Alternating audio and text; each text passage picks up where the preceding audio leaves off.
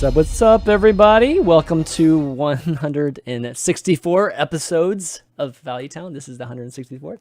I'm ChanManV, and Gaara is joining me, and our friend Shutterwalk is also here to accompanying us on the show.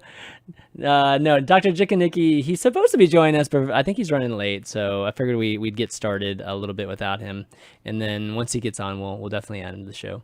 But this week has been the first week of the Witchwood expansion. Gaara, how's it been treating you so far, man? It's been absolutely fantastic, I would say. Yeah?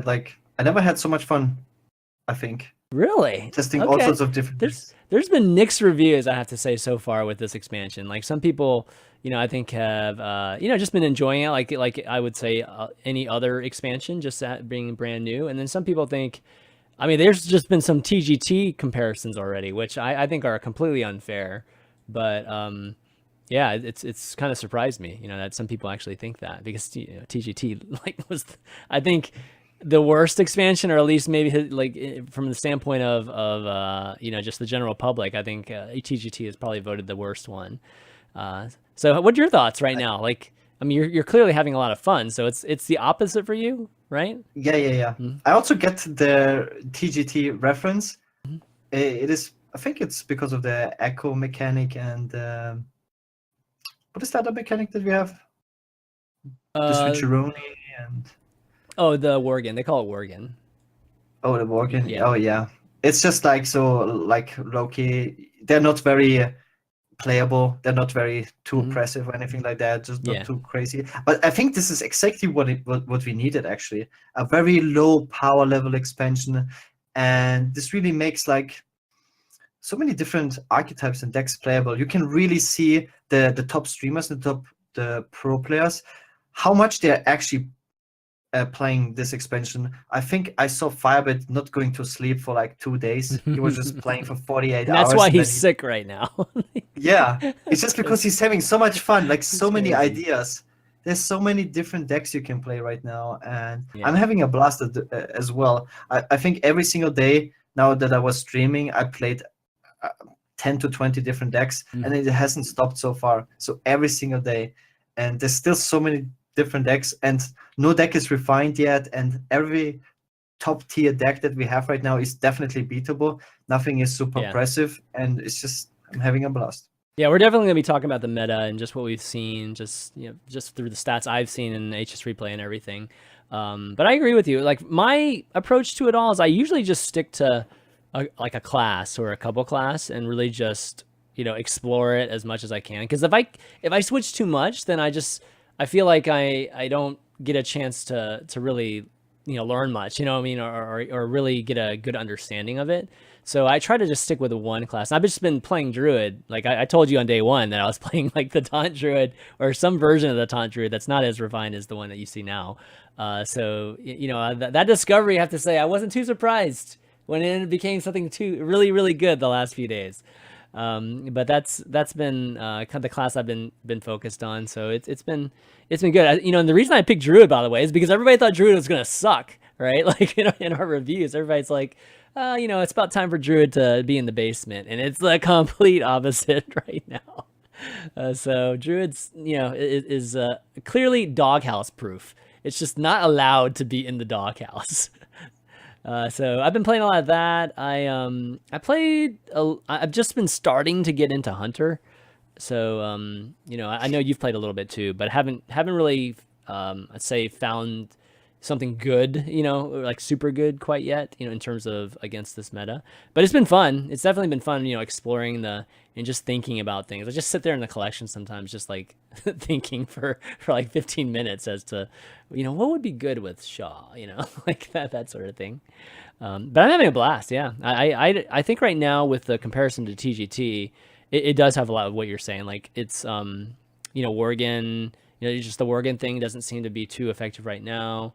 I think that the mechanics too, like Rush and Echo, aren't the type of mechanics and themes that that are new win conditions, right? Like it's not like Ngoro, you know, like some people are comparing, you know, trying to compare this and see how it is relevant to or relative to Ngoro, given that that was the first expansion last year. Ngoro is different because they created all these like win conditions, like these new win conditions. So this isn't like that. This is more changing like fundamental mechanics that were flawed to begin with, you know, like, and Rush is like a better charge, right? And Echo is a better way to like, you know, create this value with very little resources.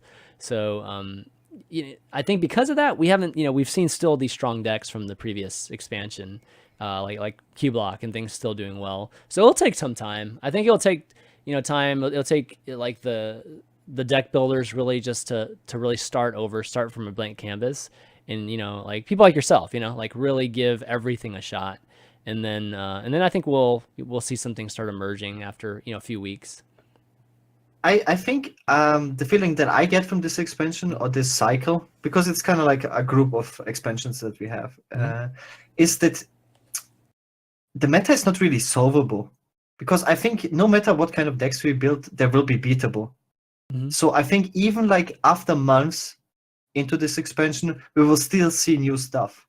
I really believe that. And I'm very excited about the upcoming tournaments because they will be crazy. People will play all sorts of different stuff. Yeah. I mean, the pro scene is going to, you know, one thing that I have noticed is that, you know, just the top legend type of meta is very different right now than what you see in even, you know, rank 10 up to legend. So, you know, a lot of things like the meta pulse I posted today and things like that look different than they do at the very top. Some similarities too, but there are definitely some decks that seem to pose well. And I don't know if it's because of piloting, you know, like, are these people, you know, is it just because the players are just better with these decks, or it's just, you know, the meta is a bit more refined up at the top? I think that people can really make their strongest decks or the decks they play the best work in the meta. This is why we see people like do well with Control Warrior. I've seen so many people like reach rank 1 legend with different warrior lists, like not even a Baku Quest Warrior, just regular Control Warrior. But then there's like Q Block players, Miracle Rook players. It wasn't just Fibonacci. I think Meaty as well. And I've seen other people. Yeah. And it's so amazing to see. It's like you play your deck, your control deck. It could even be Control Priest, I'm convinced. And you just invest time, make it work, and it will be good, I'm pretty sure. Because the overall power level between the classes is lower. We don't have these oppressive archetypes like Rasaku's Priest. And Control Lock and Q-Block got so much weaker without Nuzov and without Mistress of Mixtures. So they're more the heal's been huge. Like I've definitely felt the lack of the heal, you know, playing it a little bit recently. But so we're going to get into the meta in just a second. But let's talk about a little bit of news. So yesterday it was announced that Chakki, you know, just player coach, you know, or most recently coach of Tempo Storm, announced that he was joining Blizzard on the balance team. So you know, another long-time player. You know, like it started with Reels, and obviously Puffin joined after, and now Chakki. So I like the old school players, man, like serious old school, actually getting you know, picked up by Blizzard. So what's your thoughts on Chakki getting, or at least joining the team? Like I couldn't choose a better person to join the team.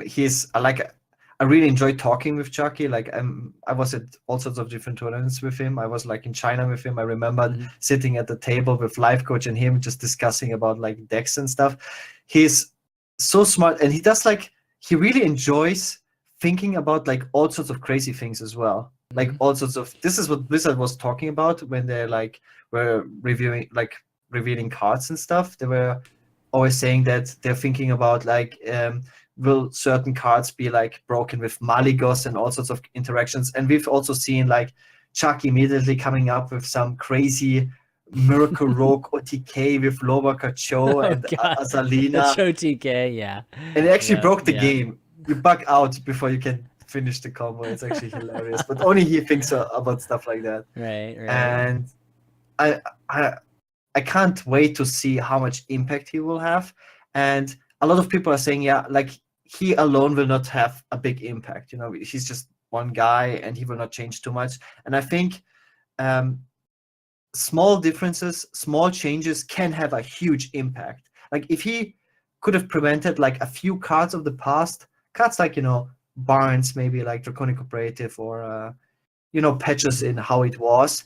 If he would have said, oh, those cards will definitely be a little bit too strong before they get like released, I think we would have had a way better game in the past as well. So you don't have to make like an insane difference or like an insane big impact to have an impact.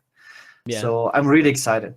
I mean, the biggest thing I like about the Chakki, addition is that he's the first guy that's being added to the team that has been a pro player.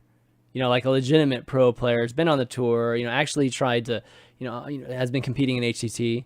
And, most recently he's been a coach, but still he's been in that, competitive format. So I think his views on things, even though, Puff and Reels obviously have that kind of pedigree too in the past, we actually have somebody who's experienced the frustrations of some of the cards, that have been released from a balance standpoint. I mean, that's definitely great. Chakki obviously being a very analytical guy too. He's like one of those guys that that use the numbers. Like there's certain people in our that are in our community kind of known for that, like Firebat and Chakki, and it's great to actually see him get a chance to just be able to balance the cards. And I feel like all the players, I feel like the dream of all the players is actually be on the balance team. So the way I like to sum up this story is it's literally memes to dreams right here, like with Chakki, because this is the meme master is actually going to be on Blizzard. It's like balance the team. plot twist. The plot twist is that he will make Face Hunter broken again. Oh my gosh, exactly. He's for those of you who might not have known the history of Chakki, he's always been a proponent of going face. Definitely that style of playing. So, right now we've got Rush, so you can't even go face. I mean, we've actually got a restriction on going face at this point. But congrats to him, man. I mean, I know he's super happy, and hopefully we'll get a chance to, I don't know, maybe talk to him one of these days. It'd be awesome on the show. I wonder if Chakki will do that, ask people's opinion, like, because especially the NA scene, people are more like, in little groups of players, and Chakki was always like in the group of, Amnesiac, Sane, Mazi, and all those. And if he, when like, I don't know how much is under NDA and how that works, but if he will actually go to people and, ask them. It's good, right? It's like you have a very direct connection to all these pro players, right? Like I'm sure that played a part into hiring Chakki, is that he is closely connected. They respect him, and he again, like his experience with all of these guys' experience too, I think is going to bring a very good perspective to the balance team. So yeah, congrats to him. And I think he starts next week or something like that, or really, really soon. So maybe we'll see some semblance of his just effect to the team starting next expansion. Because I know they're working on like the expansion after that right now, right? So I think they always save a little bit of room to make some last minute adjustments to the upcoming expansion. So maybe we'll see what kind of impact he has there. I'm sure he'll let us know if it is something that he ended up having a big role in changing, and then we can either applaud him or give him crap about it, right? Then we need to have him on the show. Yeah, that would be great. That'd definitely be good. Okay, well, anyways, let's jump into some of the meta. So we're almost done with week 1 of the Witchwood Meta. And I posted a pulse today. It's kind of our meta pulse, HS Replays meta pulse. And what I've been doing with the pulse is I've just been kind of summing up the class rankings, and here we'll kind of show those while we're doing it. So kind of start with the power rankings, the classes, and then kind of work our way into the archetypes. So what we see right now is Paladin, Warlock at the top. Not surprising, right? Of course, the actual numbers that come down a little bit. It used to be like 57%, 58%, like those kind of numbers. And then it used to only be Paladin and Warlock at the top, and then nothing else above 50. Now we see Druid up above 50 now too. So I think it's Druid that's been eating away at those, the percentages from Paladin and Warlock. And now we see basically Druid up in that top tier also. Mages moved up a little bit. Warriors moved up a little bit since the last time I did this pulse, which was like 2-3 days ago. And then Hunters like fallen down. Like the days of, you know, the odd Hunter and just those initial days where Hunter was seeing success are pretty much long gone. As well as the Shutterwalk. You know, as we have Shutterwalk here on the show, but you know, doesn't mean he's any good. So we have Shaman at the very bottom here. So Gaara, anything surprising here for you? I mean, the biggest deal that I see here is definitely how close these percentages are. I think this is what makes this expansion feel so great. If you compare Hunter to Paladin, that's only 8% if you think about it. That's not such a huge deal. Yes, it is, but then again, it isn't. And I'm pretty sure you can still make good Hunter decks. Yeah. That can compete. They can still beat Warlocks and Paladins and like these top classes. And yeah, I mean, Shaman is not a big surprise to me. From what I've seen on Reddit, everyone thinks that Shaman is like the most broken deck in the game and it has to be nerfed. And how can Blizzard make this work and allow this and 10,000 upvotes and whatnot? And I mean, as it turns out, it's not such a good deck. I think the problem was like, you know, that this guy's Toast actually climbed to Legend with a very high win rate with Shadowshock Shaman. And he called the deck 100% win rate. And he actually had a very high win rate. So there was like this huge hate, but it's mainly towards the mechanic of Shadowshock, honestly. I don't know if you can fix that at all. It just takes forever, basically. The way how you interact with Shadowshock now is you close the game client and then you relock and then basically the animation stops and you get the win or the loss. But yeah, not too surprising. Again, these percentages are so close together. Yeah, you know, they are. as you can see, Rogue and Mage, it's like 0.1%.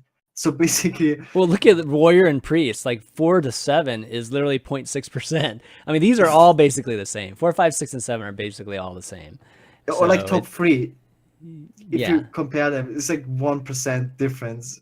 It can change tomorrow, basically. Yeah, and this is in flux. I mean, this is like what it looks like today. Like literally, about 2 hours ago, well, maybe about 3 hours ago. You know, like that's kind of when I ran the numbers and, you know, changed all these things and posted the article. So yeah, these things are in flux. I mean, you know, Mage is up. The arrows are based on just what from my previous pulse, so it's not really indicative of what's trending up right now. I think what's trending up right now, I think Rogue is trending up a little bit right now, just because of some of the things that, you know, we've seen with Druid and just Rogue does well against like, you know, Q-Block and some of the Druid decks. So we'll talk about the decks specifically in a second, but that was kind of interesting to see the power rankings right now.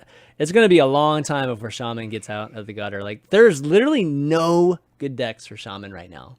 Like kind of like what I hasn't showed up predicting. At all. Yeah. So Shaman is very hit or miss. It's not even hit or miss. It's just miss right now. Like let's be honest. Like there's nothing going on right now. If the Shadowshock deck was actually good, then it would be like oppressive, but it turned out to be really bad. And I mean, nothing else. That's kind of like how I was thinking of it. Like I'm surprised they made that card because it's either going to be oppressive or it's going to be terrible. And it's okay if it's terrible, if it's like a meme type of card. But I feel like the class didn't really get much else. You know, like it was all riding on that card. And hopefully we come up with some stuff. You know, I don't think I'm not giving up hope completely on Shaman, but this first week, like nobody's come up with anything that's consistent yet. Clearly, with a 41.9% win rate right now. Let's take a look at popularity here. So, because I have a chart that actually shows the popularity too. So this kind of tells you in the past pulse, you know, in the past reports I did here, we saw like a difference between the win rates and the popularity. You would just think that all the all the classes that win a lot are going to be the most popular, right? But that wasn't the case in the first week. The first week we had Shaman like number 1 and 2, you know, and Paladin was way down there. Paladin was like number 7 in the first 2 days. And then now obviously, you know, people clearly like to win. So they obviously started playing Paladin and it kind of zoomed up there. But now, you know, you kind of see Rogue here. So Rogue is obviously getting more popular too. And so I think that might reflect a little bit more on the win rates, you know, next time we do this run. But you see Shaman's dropped completely off now. Like it's near the bottom now. And then Hunter's starting to lose some steam too. But it's a little bit slower. People are still playing Hunter though. It's just, you know, it's just slowly going down, like, you know, a few points of percentages each time. Any surprises here for you? Yeah, it's definitely crazy to see that people still play more Shaman than Warrior, because I feel like Warrior is significantly better than Yeah, Shaman. it It's is. like way more good archetypes, but still people still like to play that Shadow Shock. It is, but look at the win rate. The win rate's, I guess the win rate of Warrior is like a lot better. You're right. Yeah, people just don't like But Warrior. I mean, I think it's mostly because the Warrior, there's nothing that new in the Warrior. Like it's either just minion tempo with the rush thing, or it's all a lot of the same, right? Yeah, even with the new cards, it's just the same kind of play style. I think that's probably the reason why a lot of people haven't dove into Warrior yet. I don't feel like that any of the big streamers are playing Warrior. A lot. I've seen so many play Druids actually. Spiteful Druid and the new Cube Druid seem to be the most popular stream It's because they're decks. good. That's Yeah. why. Streamers generally like to win on stream too, except for a few. But yeah, so these aren't. I'm a bit surprised by Priest actually. Yeah. I'm facing Low or very high? few Priest. Oh, No, okay. I think it's too high actually. Hmm. I don't know. I feel like Warrior is even stronger than Priest right now. I haven't found a good Priest deck yet. Yeah. I'm pretty sure Spiteful Priest is not bad, but more people are playing Spiteful Druid. But yeah, that is definitely surprising. Yeah, keep into account this. All these stats are coming from ranks 10 up to Legend, so it's a pretty wide range here. But just generally wanted to give you guys just some kind of scope on how everything looks here. Top 5 decks. So actually, I have a better view of this. Let me just bring this up. So top 5 decks that we're seeing right now, and what I did with this isn't like just the top 5 decks period, because the top 5 decks period would be like 4 even paladins right now. So I kind of grouped them, into like, just one representative deck in the top decks. One representative for each archetype that are in the top decks here. So we've got even paladin starting things off. We've seen odd paladin. It's clearly not on this list. So odd paladins dropped off a little bit. It used to be even and odd, like right next to each other. Why is that, Gaara? Like, why are we seeing, what was considered the strongest deck in the first few days just completely gone now? I think the 2 strongest cards Paladin has are Call to Arms and Sunkeeper Tarim. And it really shocked me that Odd Paladin was even that popular, because it doesn't play those 2 cards. And this, for me, it's no surprise that all the even Paladin decks are performing so well, just because all of them play Call to Arms. Different versions, different minions with Call to Arms. But yeah, Sunkeeper Tarim is such a powerful card. It's insane. And I think the Silver Sword, like is such an underrated weapon. Yep. It's ridiculously powerful. It's like you will always get very out. It's like an insane win condition. And yeah, I'm not so. It's much harder to play against this deck, or like outvalue this deck, or just destroy this deck. Against the Odd Paladin, you clear it twice, you know what to expect. Like, there's a lot of really weak cards in that deck. And this deck, if you look at the list, it just plays powerful cards. So yeah, I'm really not surprised.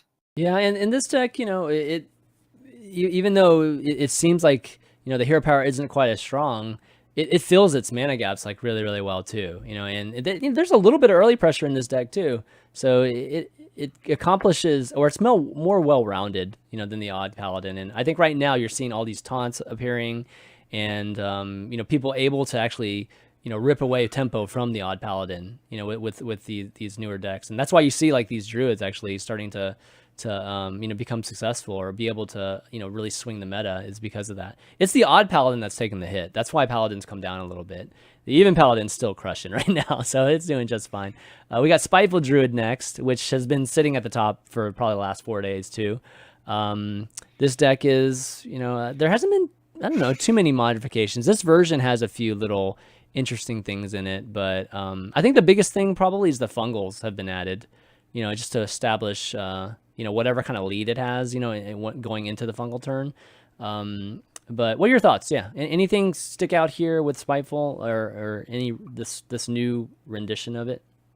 I expect the win rate to drop from this deck once people get more comfortable with the list. I feel like a lot of people are getting blown out by MC Tech.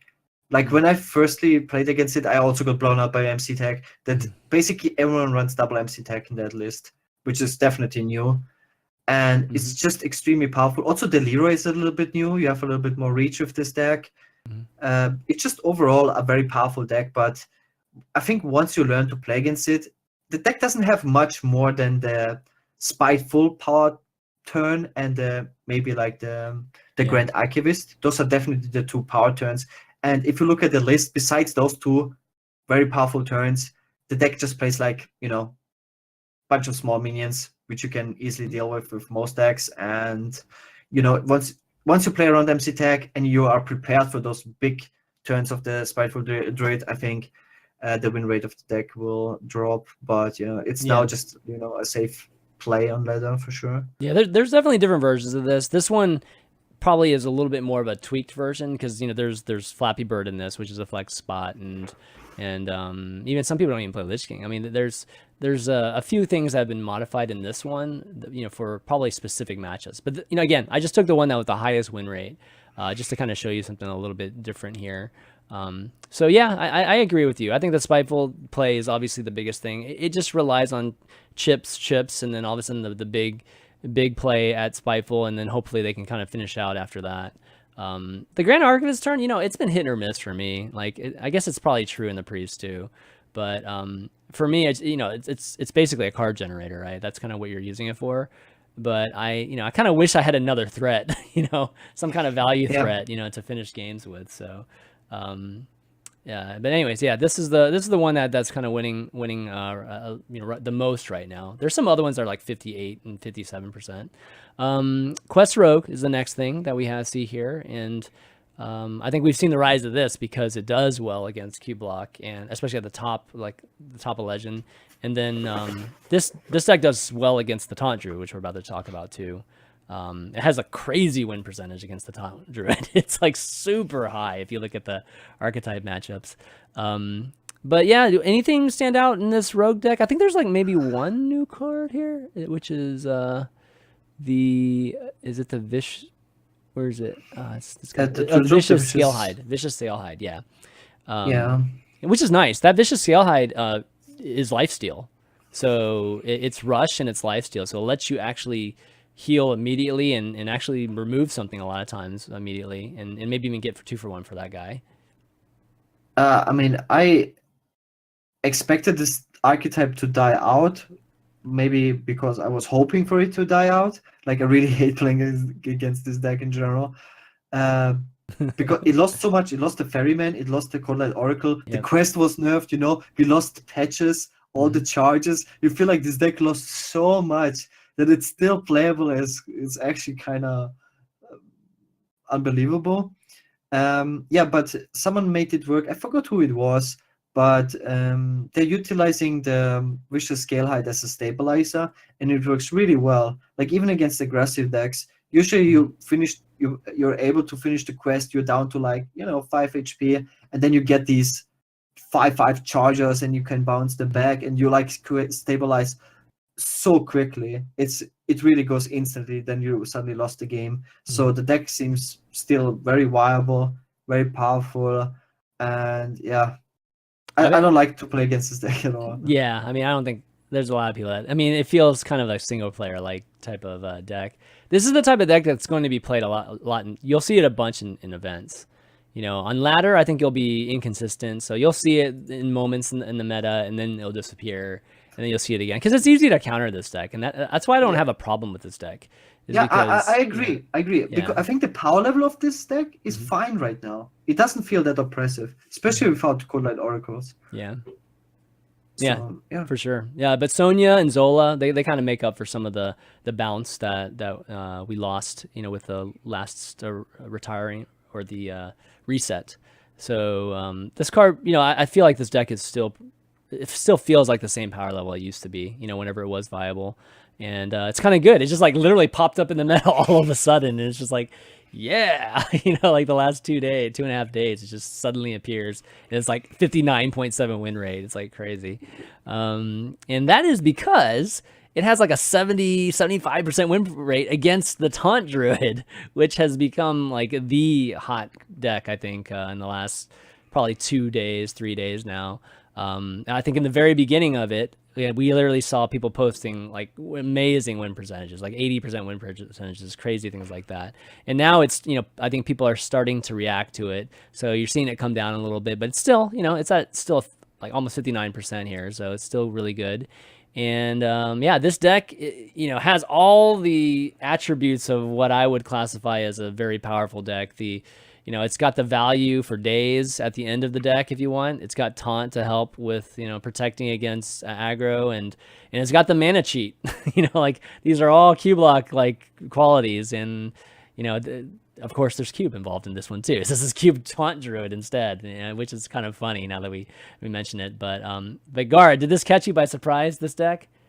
Not really. Like I was actually playing this before the expansion when nobody played, when it was hipster. And because Hydronox felt too slow without Naturalize, so that combination is kind of like existing for a while now, I would say, just that nobody played it because we play different decks. I'm kind of surprised that so many people are playing this deck. But I think, again, this deck seems fine how it is, because you can definitely counter it. There's different ways of countering it. It's called Skulking Geist. It's like a one-card counter, yeah. Is super strong against it, but also like what is super cool is to see that a lot of people are taking Tinkmaster in their control decks just because you get a beast. And when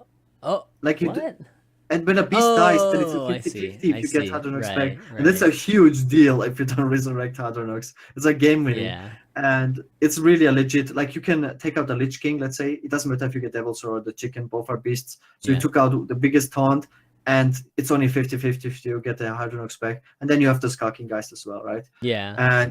And this deck, as you said, you can counter it with Quest Rogue. There's all sorts of different decks. But this deck also is a lot of fun to play yourself. Oh, it's super fun. Like I think we're going to do this one actually for Deck of the Week this week, because it's incredibly fun. And I mean, this is like one of the first decks I started with. Like I definitely started with the more of the grinder version of this deck and kind of worked my way up to this. And I kind of discovered most of this deck by myself. Like I didn't really look at what everybody else is doing, just because I wanted to kind of be in my own little laboratory, trying to figure it out. So it was actually really cool to see that other, people like RDU and other folks were kind of like doing the same thing, but obviously a little bit more refined than my version.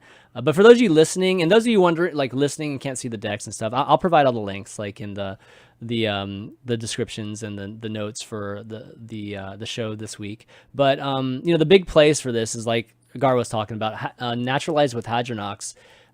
It's like the only way to really trigger Hydronox like immediately. Otherwise, it can get polyed or hexed or things like that. And that's why people are playing Geist. It's just to kill Naturalize, force you to actually have it on the board and then risk losing it, and that sort of thing. It's fine if it gets silenced, to be honest. Like it doesn't even matter if it gets silenced, because you can actually Carnivorous Cube it, because that's what it runs that in this deck too. So, a lot of times you'll see things like the Witching Hour, which brings back a beast, will bring back Hydronox because it's a beast.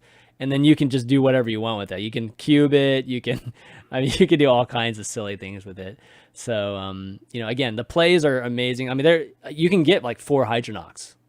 Hydronoxes or Hydronox. I don't even know what the plural of Hydronox is, but you can get that much, value from it. So you're talking about 4 board refills with taunts, and these taunts are like 3 6s and 3 5s and 8 8s, 4 8s. So pretty strong in terms of refilling the board.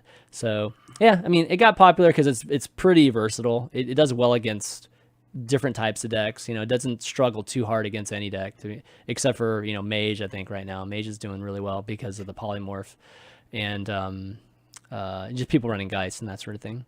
All right, Tempo Rogue. Okay, this one surprised me. I didn't actually think that Tempo Rogue had any great matchups right now, but apparently it does have some good matchups that are, and the matchups happen to be really popular decks, archetypes right now.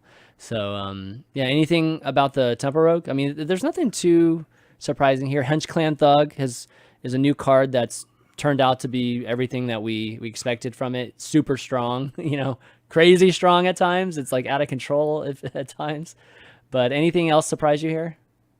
It's like maybe that you play the Fungalmancer instead of Scalebane, because you played Scalebane in the deck. But the main reason for it was to counter like Dragon Fire Potion, and that doesn't exist anymore. That is like a really big difference, I would say. But besides that, the deck feels like the old Kaliseth Rogue with Agent Squire instead of Patches and Swashbucklers. Mm-hmm. It's it doesn't really surprise me to see it back, because nobody plays Golakka crawlers. You don't play pirates. You don't really get countered. Like the main way how this deck was countered was Golakka crawler, and it was good versus other aggressive decks. And this really shows this is not even like the most popular aggro deck, and this is performing very well. Like rank 1 on Asia right now is again Miracle Rogue, which is also very crazy. And then you see Quest Rogue, and then you see Test Tempo Rogue, and then you see like this odd rogue that most people are playing. Yeah, or odd rogue too. Lots of rogues right now. Yeah, and then again a careless of rogue. It's just the decks are all over the place, and I'm pretty sure tomorrow there will be 10 new decks as well. It's crazy. Yeah, I can tell you for a fact, just looking at the stats, like when I just pulled up like the top 100 decks, I mean there's a lot right now that are performing really well. You just only hear about the really popular ones or the ones that streamers are playing. But there's a lot going on, and that's kind of why it's exciting. There's Tempo Rogue back in the old meta was like super strong, right? Obviously really great against the Priest, or at least that matchup was always exciting to watch. But there was like nothing else on that kind of level tempo wise, right? Now we actually see other decks that are on that same level of tempo. So it's just really about just the how the certain cards actually match up against certain our archetypes or certain classes. So I think that's what's kind of interesting about it. And over time, we'll see which tempo decks ends up, being better. Like, is Paladin better than Tempo Rogue? Like kind of comparing the speeds of it at different stages of the game. It's really, really interesting. But yeah, so Tempo Rogue rounds out the top 5. And, I think it's pretty interesting in terms of what we saw here. I've got the archetype popularities here too, but you can go to here. I'll link this. I'll link the HS Replay, meta page for you guys to look at, so you can get a better look at all the archetypes and how they kind of round up. But right now, I feel like we're seeing a true settled meta that's been responded to. Which was the Paladin Warlock. The odd even Paladin and the Q block really establishing that first meta. And now we've seen the response to that. And then now we're seeing the beginnings of the next response, to what we've seen. So it's good. It's definitely great. It's only a week's time we're starting to see this happen. So, hopefully we can continue this for another several weeks. At least get a month out of this, where it's still like really. I'm pretty sure this will be ongoing, and it will be. It actually is going to start to become crazy with the first tournaments, because the tournament after the next tournament will be a response to the first tournament. And this will really shake everything up. I'm pretty convinced. Yeah. So that's definitely going to be good. So yeah, links both those links in the chat there for you guys to check out. Oh, one thing I wanted to mention is that obviously we're part of HS Replay, and one of the cool things that is on hsrelay.net is that you can be a premium subscriber and you can unlock literally everything on the site. So we wanted to do things. We should have done this like a little bit ago. It's just I didn't really think about it until now, so I apologize for that. But we wanted to do some giveaways with 1 month free premiums. So the way you're going to enter that, guys, is go to or just follow ValueTownGG and hsreplay.net, and all the folks that either follow it or follow it for the first time, or I guess folks that are already following it. I didn't think about that. How are the folks that are already following enter this? Okay, at least follow the 2 right here, and then we'll maybe shoot us a message, like maybe give us a question or something like that for the show next week, and then we'll enter you into the giveaway, which we'll select in the next day or so. We'll let some of the listeners get a chance to enter it into the giveaway too, and then I'll select 3 people to win 1 month free premiums, so you guys can check it out. Also, one other thing too is that we're giving away 60 packs, just free packs. Super easy to enter that. Just type exclamation giveaway right now in the chat, and you'll see the link to that. Again, I'll put this in the description. You'll get the link to this. There's like various ways to enter, and the winner will get 60 free the Witchwood packs. But we'll alter it depending on what you want. But for right now, we're advertising it as the Witchwood packs. So yeah, I want to give some stuff away to you guys. So definitely make sure you guys participate in that and let us know. Any other ideas you think would be really, really cool. Okay, so let's talk about some of the cool decks maybe we've seen. So we talked about meta, seen some of the shifts, but what are some cool decks, Gar, that you've been able to play and try out this week? I think I've got Dragon Pally first. So why don't we talk about that first? All right, Dragon Paladin. First, it started off as a meme. I tried to write down every possible Paladin archetype of the new expansion, and one of them was Dragonadin. And I started off with Control, Control Dragon Paladin, and it was performing really well for me. I had 75% win rate with it when I stopped playing. And someone linked me. This was like a request of my stream today. It was Aggro Dragon Paladin, and oh boy, it was even performing better than Dragon Control Paladin. So, oh my God, like two complete random archetypes, and they're both performing really well. I think, the main reason for that is just, people don't know with the very unfamiliar with the list. Obviously, when you face a Paladin now, you expect odd Paladin or even Paladin, and then suddenly it's neither of them, and it's still an aggro Paladin, and then you really don't know what to expect. And this Cathedral Gargoyle is just performing so strongly. It's the strongest 2-drop in the game. So if you can make it work. Cathedral is, okay, let me pull it up here. It is, for those of you who don't remember, it's a 2-mana 2/2 battlecry. If you're holding a dragon, gain taunt and divine shield. So it's like, shielded mini bot at 2, which is crazy good. Yes. And I faced a Q block that had to attack it twice, like the Righteous Protector and then the Cathedral Gargoyle. Wow, it's like so sticky. It's like so annoying to get past it, and it's so powerful. It gets even more powerful if you play it in curve, right? If you have a 1-drop and then you play this and then you go Call to Arms, and it really like spirals out of control. It's just very cool, and I think what is a little bit underlooked is that you can play an aggressive dragon team deck with the Nightmare Amalgam. I'm a huge fan of that card. I've seen so many different decks. I think recently, I believe it was yesterday, I saw Adieu playing Murloc, Beast, Hunter, and he said it was his best performing deck because it's actually so crazy because you can play the Murloc Curve, you can play the Nightmare Amalgam on free and still Houndmaster it because it counts as what's the Murloc Curve at neutral? Like, you play Tidecaller into Rockpool Hunter, and then you can play Nightmare Amalgam, and you can play War Leader as well, but then you can Houndmaster the Amalgam because it counts as a Murloc and as a Beast. It's incredibly powerful. Right. Oh, okay. Yeah. The Houndmaster on the Amalgam is good. I thought Amalgam was going to be great. Like when we were reviewing it, it's just one of those things where it's like once it crosses the threshold of people playing, the hate cards, then it's in trouble, right? Because it immediately gets like destroyed by any hate card. So as long as it's like, under the radar, Amalgam is amazing. Like it's an enabler for everything, right? And the fact that it's a 3/4 that never makes it bad. It's always solid at worst. And since it's such a niche deck, very few people play hate cards. Yeah. You barely see any. I've not faced any Golakka crawlers, just because people don't play any pirates. And do you wanna hate on Murlocs? Because Murloc Paladin again is also not a real archetype right now. Some people are playing it actually. I think it's gaining a little momentum right now. But nobody runs. It's not worth to run Hungry Crab for no, not right now. It's not. Yeah, you're gonna whiff most of the time.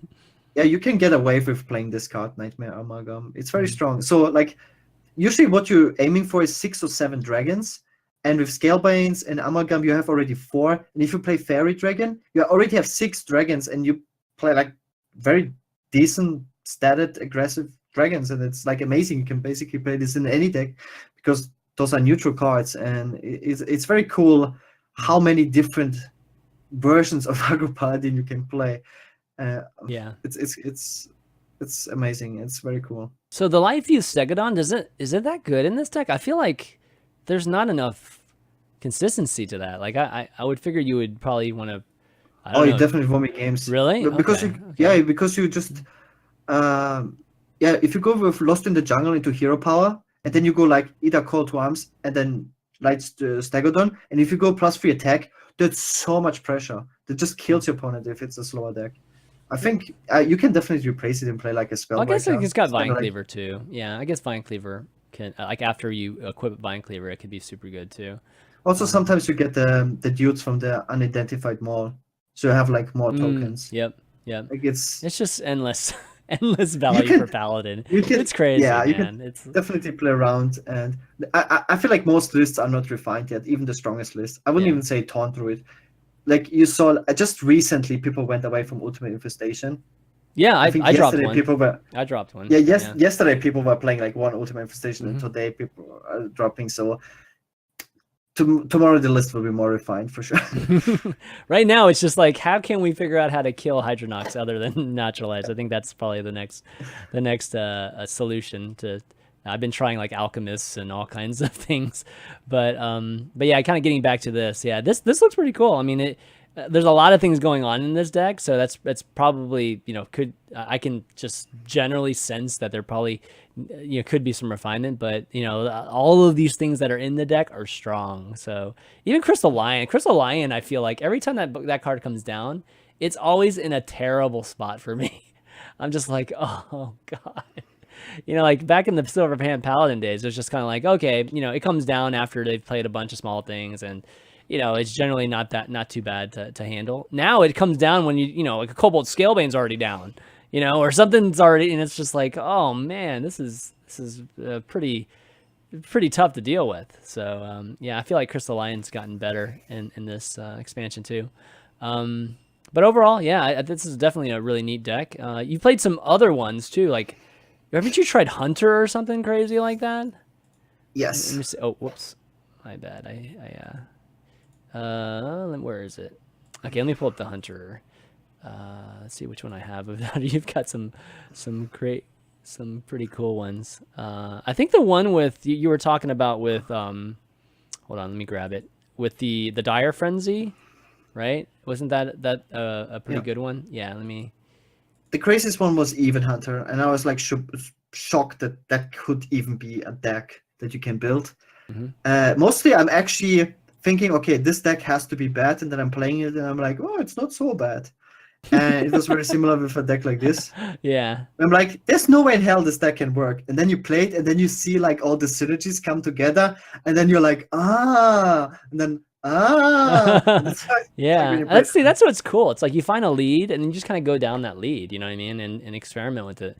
That's what I love about like this time right now, is that, you know, you and then you end up with this deck that looks really ugly to a lot of other people, but you know, there was actually logic behind it, you know. So yeah, it's really cool that way. But yeah, this Dire Frenzy deck that we're looking at right now, it's not quite an even deck, but you know, there's actually quite a few 3-drops because 3-drops are so powerful for Hunter. But yeah, let's talk about some of the big plays here. You know, it's got the traps, it's got let's see, the Spellstone, obviously because of the trap. It's got Katharina, and I think you got Witchwood Grizzly in there because of it. It's got Dire Frenzy, of course, like I mentioned. You know, and just your standard things like Bow and Deadly Shot and Kill Command and Rexar. So yeah, talk about some of the big plays with this deck. Okay, one of the cool things is that against aggressive decks, I would say Lesser Spellstone is still one of the best win conditions you can have in the game. Yeah. And the traps you set up are also good versus aggro. You go Wandering Monster and you go Explosive Trap, which are both very good versus most of the aggressive decks. And then if you coin out a Spellstone, that's usually enough to just beat most of the aggressive decks. So you have that going for you. And the Spellstone is not even bad versus a lot of the control decks. It's especially good against the even Paladins, but also against aggressive Paladins. And Paladin, as you saw earlier in the stats, is one of the most popular decks right now. Also, it's very powerful against Druids. You know, it's good versus Spiteful Druid, it's good versus, because they can't really remove it. So you have your very powerful anti-aggro win condition, but against control, Rexar beats actually most control decks. Like, it single-handedly destroys every control warrior. Rexar is so much more powerful in this expansion than before, with all the beasts that rotated out. Amazing. The keywords for the new, you know, beasts make Rexar super good. Like, you put Lifesteal and Rush and Poisonous, and I mean, you're putting at least 2 extremely good keywords together every time you hero power. So, you know, whatever you get is going to either heal you or kill just whatever's in front of you. So it's yeah, I agree, man. I think Rexar got a huge boost actually from the beasts that they included. And also his hero power is pretty good versus Token Paladin. You know, it's like, it's just a good, very powerful card, right? Yeah. And so you have that going, which can single-handedly win you the game.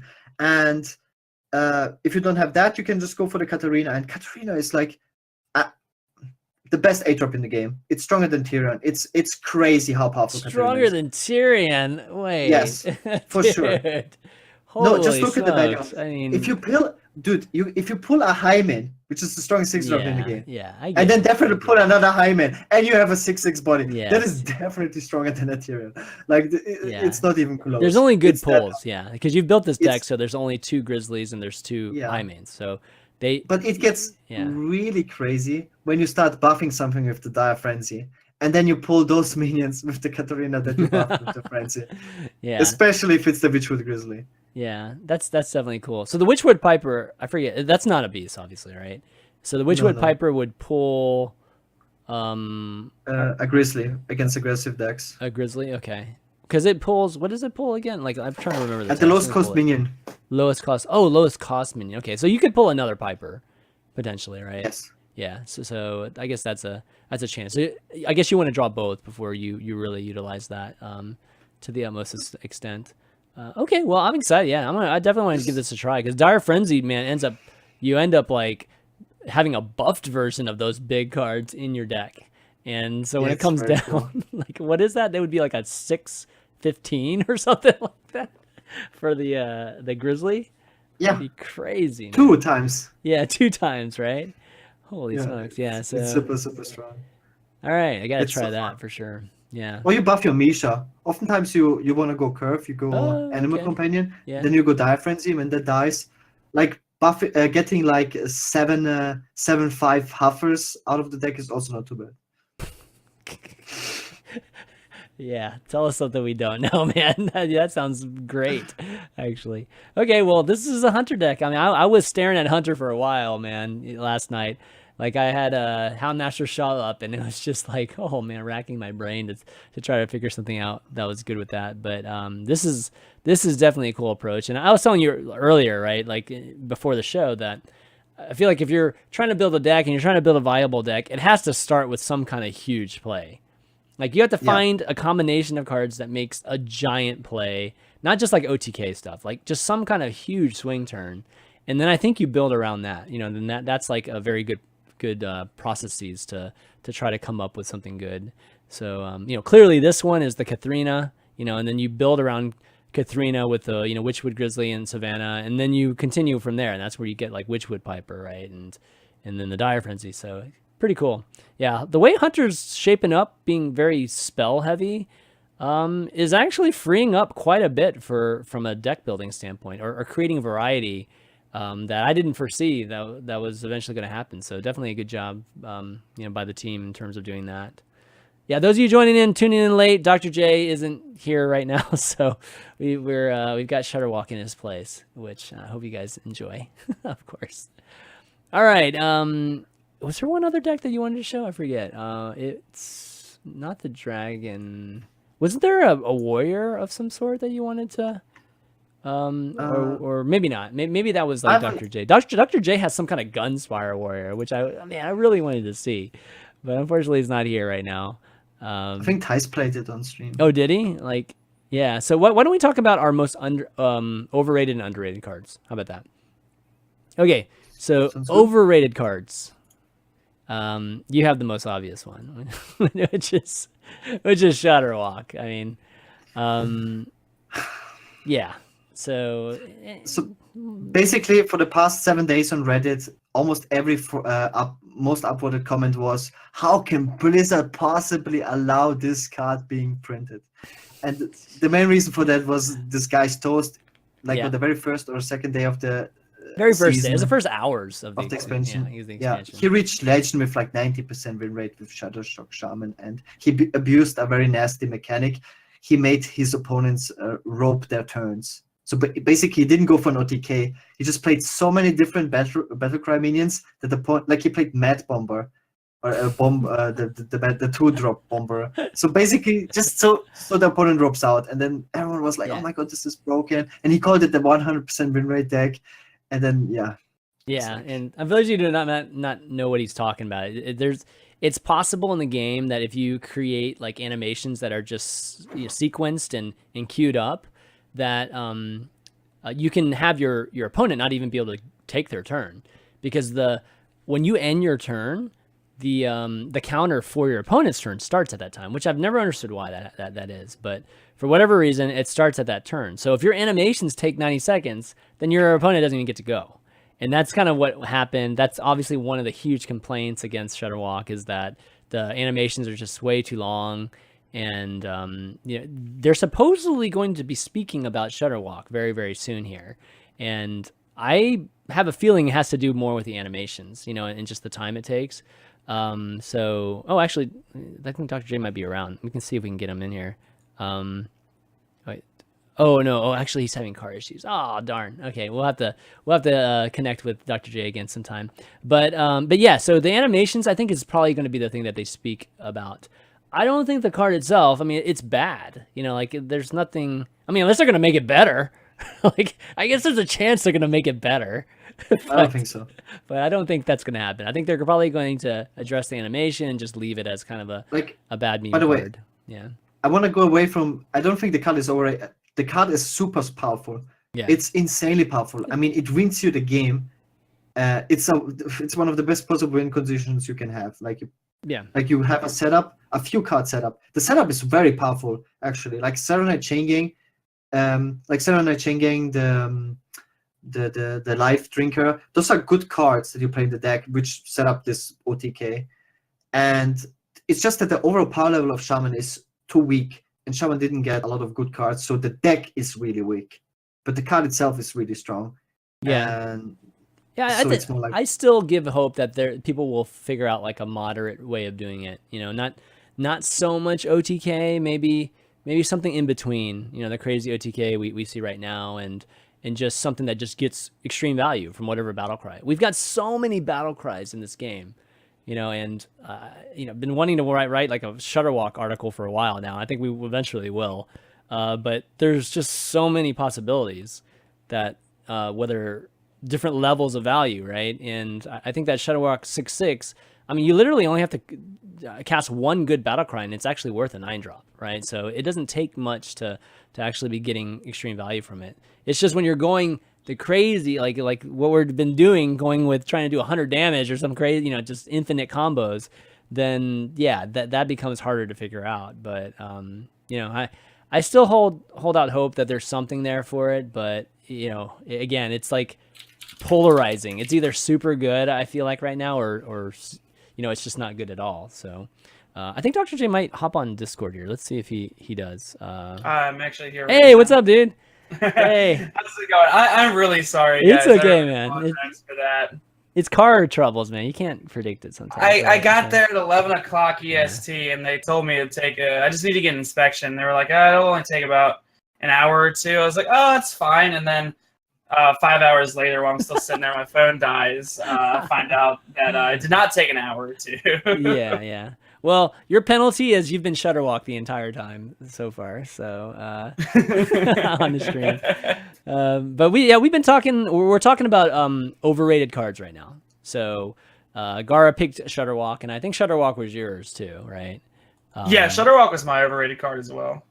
Yeah. So we talked about just just obviously people talking about in the first few days that it was overpowered. And what are your thoughts on Shutterwalk right now? Like, and the fact that they're going to address something very, very soon about it.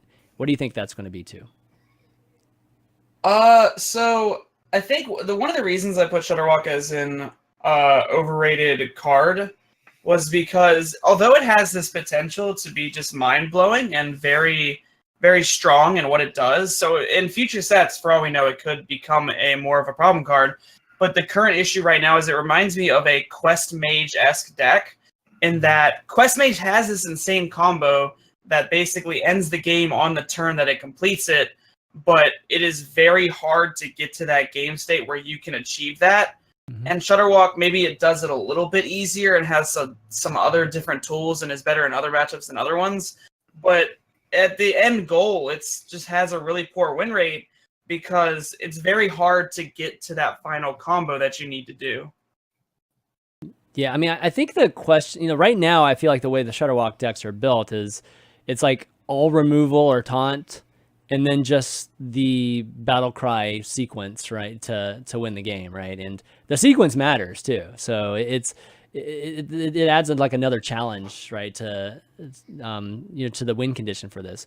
So I think the real question will be is if there's another type of win condition where Shudderwalk isn't, it's like one of the win conditions. It's not the only win condition, so that's kind of an attribute of a lot of decks, right?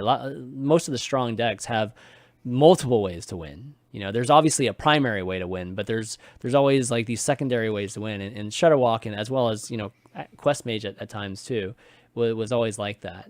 So do you guys anticipate seeing something like that eventually? Does Shaman have anything right now that could be a win condition? I tried to play the other possible Shaman archetypes, which are like Elemental Shaman or Even Shaman. Mm-hmm, yeah. Like this is what they tried to push with this expansion, and oh boy, does decks feel weak, especially the Even Shaman. Yeah. It just feels like a basic Shaman deck basically, without 1-drops.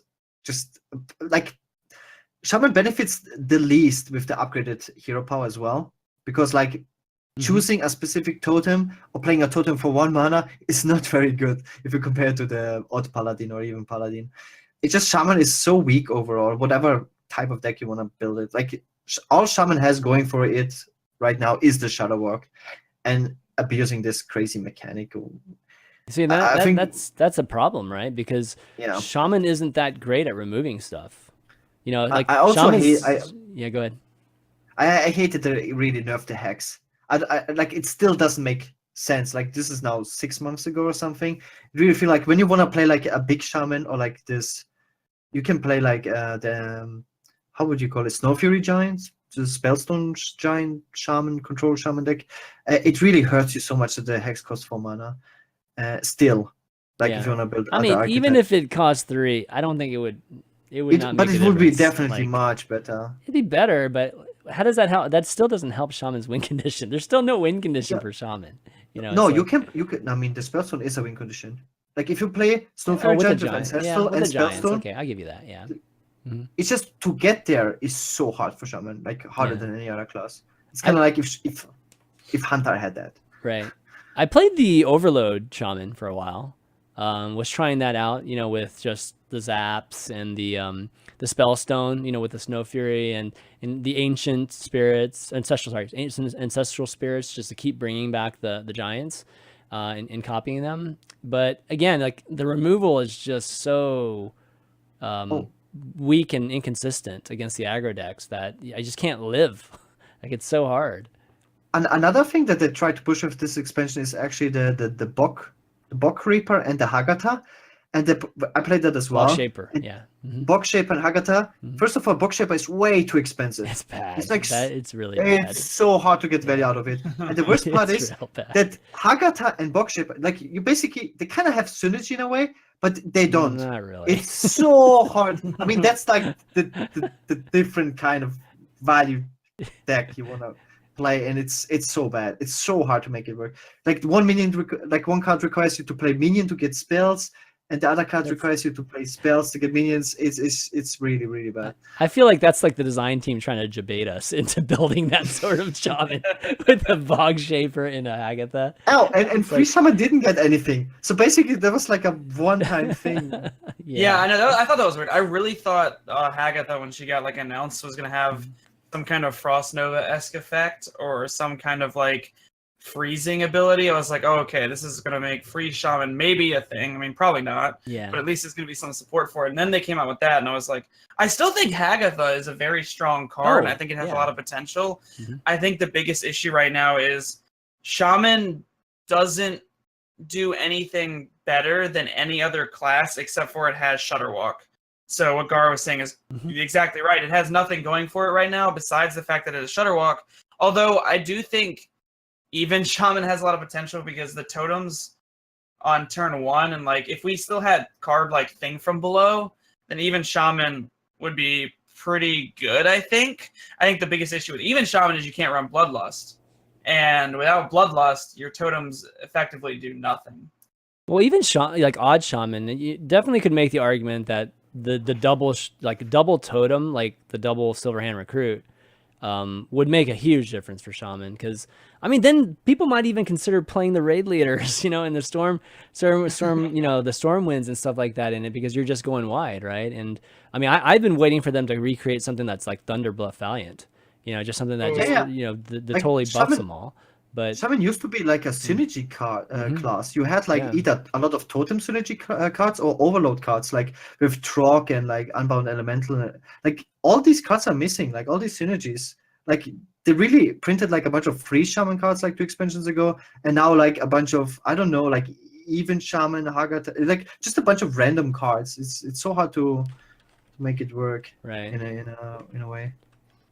Right. No, it definitely is. So it's there's something there. It just might take another expansion.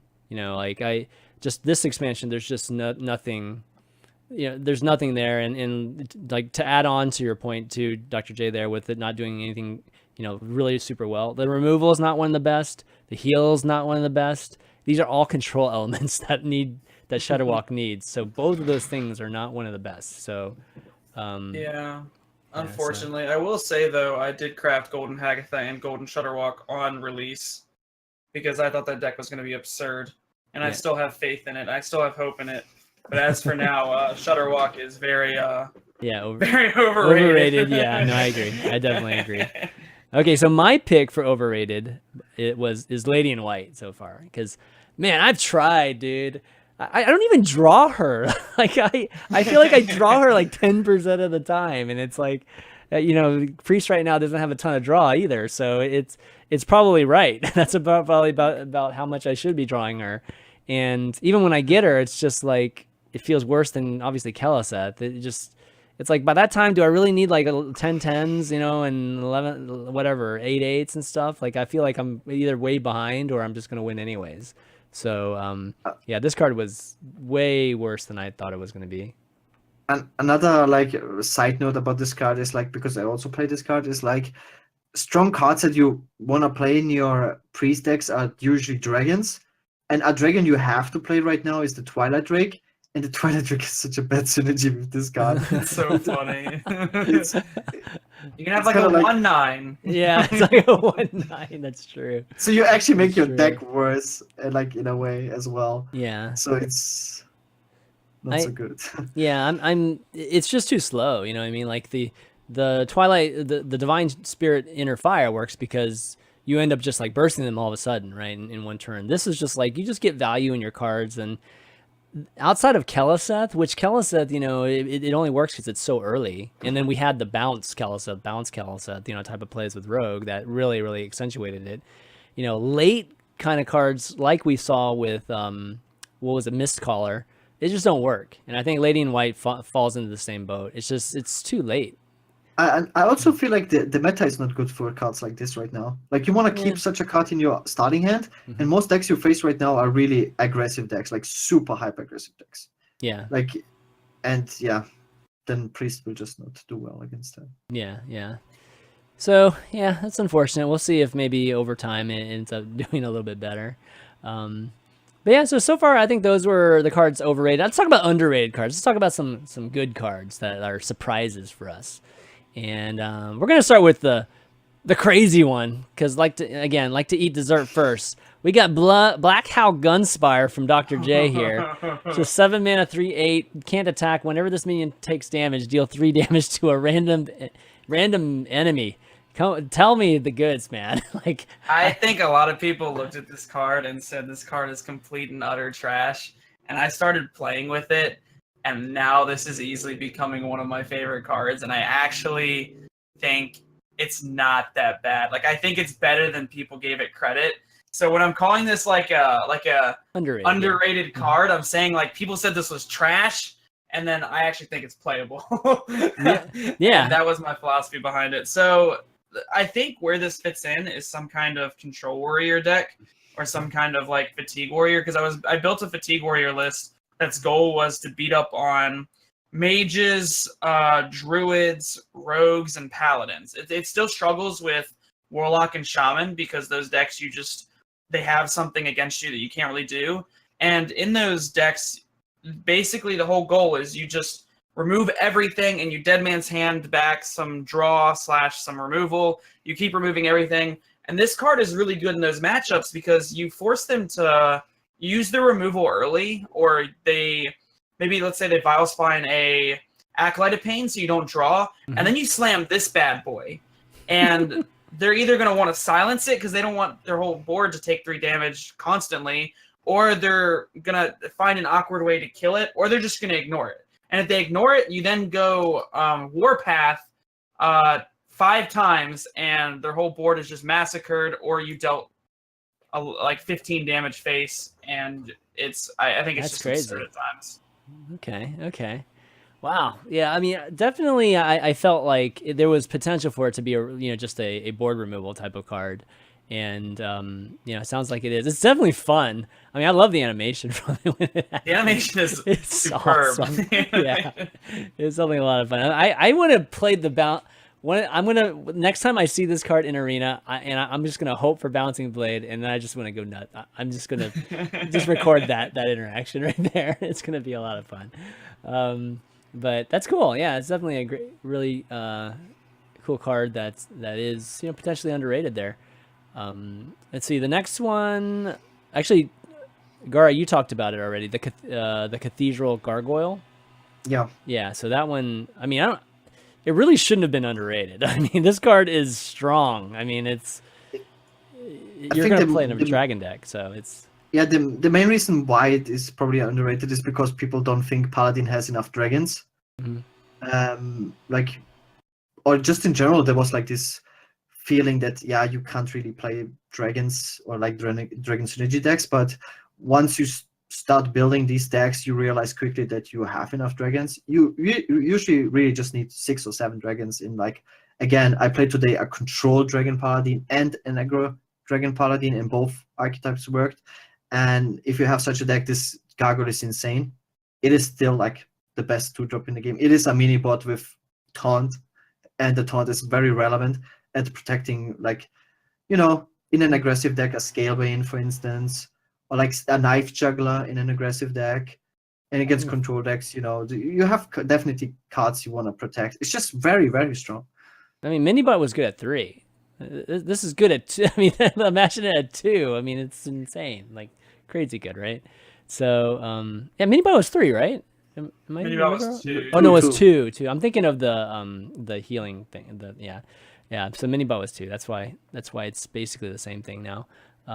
So it's good. Definitely showed it earlier in our Dragon Paladin that Gaara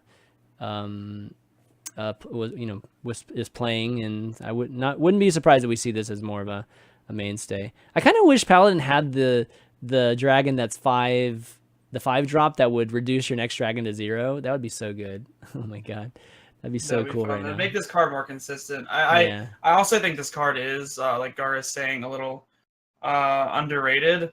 But I think most people, when they first evaluated it, or when they're still evaluating it now, they think about cards like Call to Arms, because Call to Arms is just absurdly powerful. Yeah. And you don't really want to pull this out. I mean, that's a lot of times Murloc Paladin was cutting one of the Hydrologists in the list, because if Call to Arms pulls out Hydrologist, it's like one of the worst pulls. But if this card goes off on 2, it's pretty nuts. It's pretty good. Yeah. And then you fall 2 off for with 1. Guarantee 2 for 1. Yeah.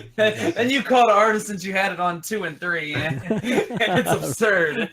Right. All right. My pick has been one that Warriors. I believe it's mostly been Warriors and pulling off, which is Phantom Militia. This card is way better than I thought it was. It's really annoying more than anything else, especially when I've been playing a lot of taunt druids and I've got 3 attacks and I can't kill these things. So it's really frustrating when they put 3 of them up there each time that they cast it. But yeah, I thought this card was, potentially trash, or maybe it was good in Arena and then that would be it. But I'm finding it's a pretty good. Feels a little bit like Spreading Plaguish, that kind of feel where it just kind of gets in your way and might take you 2 turns to get through each one of them. But yeah, what's y'all's experience with this card so far? It's very good in the quest for you. Mm-hmm. It's like also very important. Oh yeah, because it triggers the counter too. Yeah, right. Yeah, because you play it from hand. Right. It's not like Serenite Chain Gang. This card can count as free 1 minions for the quest, which is like absurd.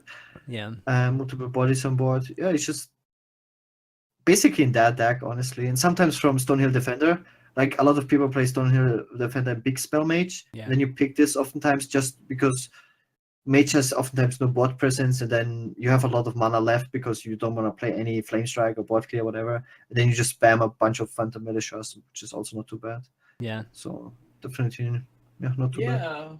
This card is very versatile, and most versatile cards in like Hearthstone are just really powerful. And what Gaara picked up on a key point there is the Stonehill interaction. Is just picking this card up from Stonehill is really strong.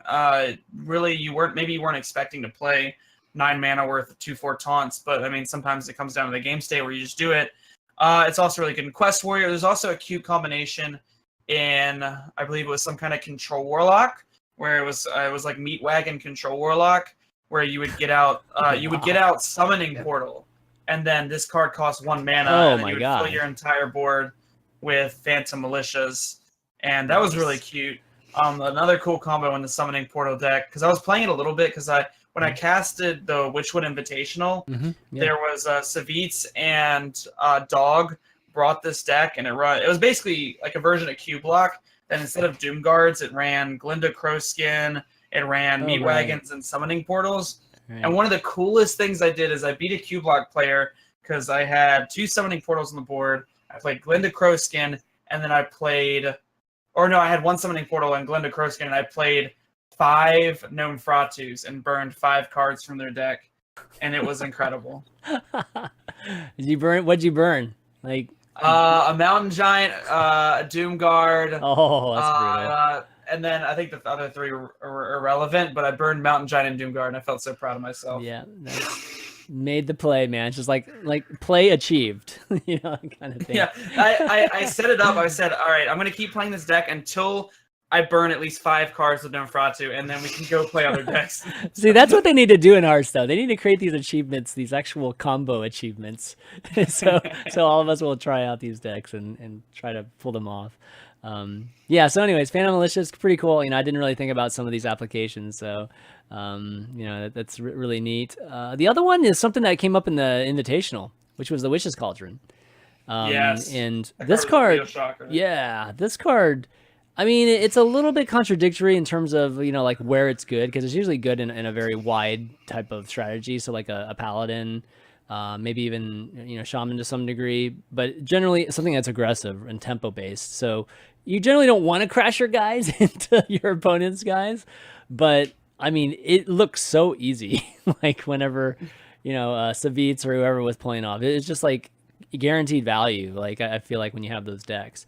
So, and maybe one thing to look at it is, okay, for A, is it underrated? B, how do we compare this to like Cult Master? Like, should we just be playing Cult Master and drawing our own cards? You know, that sort of thing. So yeah, what's y'all's thoughts on this?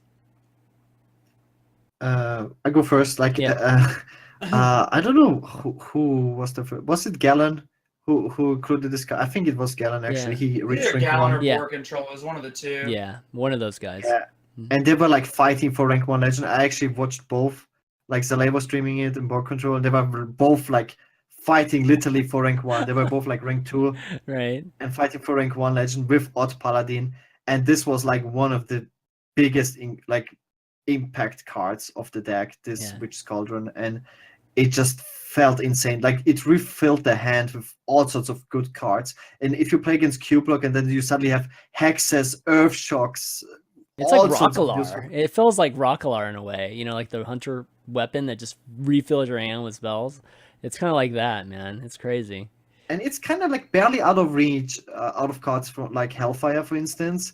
So, and it's annoying. You don't want to kill it, but you have to kill it because you have to kill so many other things as well. And that's the problem. It's like you usually don't want to spend any spell or removal cards on this card, and usually it already gave the opponent value. Well, see, that poses a good question. Like, is tempo worth the value you give up for this thing? You know, because you have to figure it out. Because if you're hitting this thing, then you're obviously giving up tempo. Probably most likely to do that. Yeah, so. And the one thing with this card though is the reason I'm going to go to the Cold Master thing. The reason I think it's slightly better than Cold Master is because when this card gets played, not only is it a turn sooner, so it curves out with the Odd Paladin's hero power, it's also that if you were playing Cult Master and you were drawing from your deck, you're not going to be drawing cards that can answer, say, Warlock's minions. But Witch's Cauldron gives you these added outs that typically you should not have in the form of Hex, Earth Shock. In the mirror match, there's things like Volcano and Lightning Storm. And it's just absurd, the different range of cards. Although don't get me wrong, there are a lot of Shaman cards that you do not want to have. Totemic Might. You do not want to have Totemic Might. And I'm sure there's a couple other ones that you don't want to have. But this card gives you, any card that gives you outs you probably shouldn't have, has typically been kind of powerful. Yeah. I mean, there's a reason why they try to avoid crossover, by the way, this really brings me back to the final of the Invitational. I think it was Firebit versus RDO, and he had the Witch's Cauldron on the board. I was casting that game, and then I said admirable. His only out is Witch's Cauldron into Lava Burst. Yeah. And he draws the Witch's Cauldron. He plays it, takes the trade, and instantly snaps the spell face. But it was the 0 mana. A little short, yeah. Yeah, it was a 0 mana spell. The zap, yeah, it wasn't a Lava Burst. That would have been pretty epic, though. It would have been an epic call for him to get that. So yeah, this one's a pretty interesting thing. I think this is really well designed. Making it 4 health, I think was super smart. Because I think in the past they would have made this 3 health, and then nobody would ever play this thing. Because it's not as annoying. Another thing about this card is that the RNG aspect of it doesn't feel so bad like other RNG cards, because it requires you to have a setup.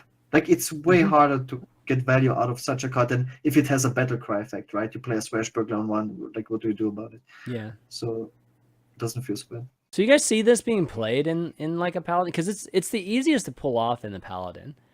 Something like an Odd Paladin.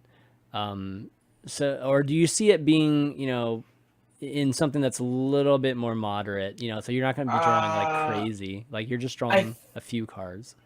I think for now we're only really going to see an Odd Paladin because no other deck can. So if you look at the various classes, Warrior doesn't spam the board. You have to look at the classes that have the potential to be either aggro decks or spam the board. Those classes include Shaman, Paladin, Hunter to a small extent, and maybe Rogue. In Rogue, it's more tempo-based and damage-based, so that's not going to happen. Same with Hunter. In Paladin, you can afford to because of the Odd Paladin's hero power. And then the closest other fit would probably be Shaman. But the biggest issue with Shaman is just not powerful right now. And even if you have totems on the board, you have to have another enabler for the totems to kill themselves. Whereas in Odd Paladin, you just kind of throw the little dudes in the pot and he makes Shaman spells. So... I think that's the biggest difference and why we'll only see it in Odd Paladin for now. Actually, Baked made he says Druid. Token Druid could potentially be something too. That's a possibility as well. Yeah. The new Buzzard Unleash combo. Yes. Yes. We miss it. Which is Cauldron Unleash the Hounds. Oh my god, that would be crazy. All lava bursts. All lava. And then buff it all. Yeah, no. That'd be crazy. So yeah, this has definitely been a fun surprise. I think this was this is the kind of card that we were kind of hoping would be something, and it's kind of cool that there might actually be some type of viable play to this card. Okay, I think somebody mentioned actually Glass Knight in the chat. Dal Shiel. Yeah, I think Glass Knight performs pretty well in the Even Paladin, just because of True Silver. But I haven't actually experienced it myself. Have you guys played any Glass Knight, the Paladin card? I played it a lot, but I never felt like it feels like a decent card, but I never got value out of it. They double Divine Shield. It's just too hard to pull it off. It's because the opponent will remove it or try to remove it, right? Or you will trade it off. It's you need to have the True Silver, but usually you have to play him first because you want to get rid of the Divine Shield first. This seems like a scenario that happens very rarely, and you don't really have other healing tools usually in Paladin. It's like Uta or something, which is way. Yeah, it seems like it would be better in a mid-range format where it's harder to remove, or your opponent has to waste their entire turn to remove. But for now, it's just like if you're going up against Odd Paladin, the hero power just instantly gets rid of the shield, and they probably have an easy kill on it. Mhm. Against Hunter, they probably just ignore it. They don't really care because they're just trying to burn face. Warlock's not going to have an issue with it. Just a lot of these classes aren't going to have an issue with it. Yeah. But it's still just a solid statted card with a good effect. And then, of course, with I think it works best in the Even Paladin because there's the Vicious Scalehide. And I believe Vicious Scalehide works with this card, and that's probably one of the best synergies you have because Vicious Scalehide can come off of Call to Arms. You can just naturally play it. It's also good with True Silver. So I think it has a lot of potential. But for now, it's just Odd Paladin. You can't play this card. Yeah, yeah. I didn't think about the Vicious Scalehide. That's interesting. The lifesteal part. Okay, well, those are the cards that we thought were underrated, and I just want to take some time now and thanks to some of the folks that support us. That's our patrons, obviously. So if you want to support the show, go to patreon.com/valuetown. And, part of some of the appreciation that we wanted to kind of give to our longtime patrons and some of our top patrons is I sent you guys all a free 1 month premium for HS Replay. So definitely check out that in your messages on Patreon. And then, kind of thanks some of our guys, Mike T, our producer, he's obviously amazing, been our legendary producer for a long time now. And then some others, Bryce L, Dave C, Devin Y, Chris Chilmaw, Blake T, Eric L, Jackpot777, Feldy Locks, Old Man Riv, Johnson C, Mario P, Nathan W, Kevin G, Mike T, Richard M. Thanks so much, guys, just to name a few of you guys, for supporting the show and helping us continue doing this. And I definitely want to do some more, cool things for you guys, just in the coming weeks.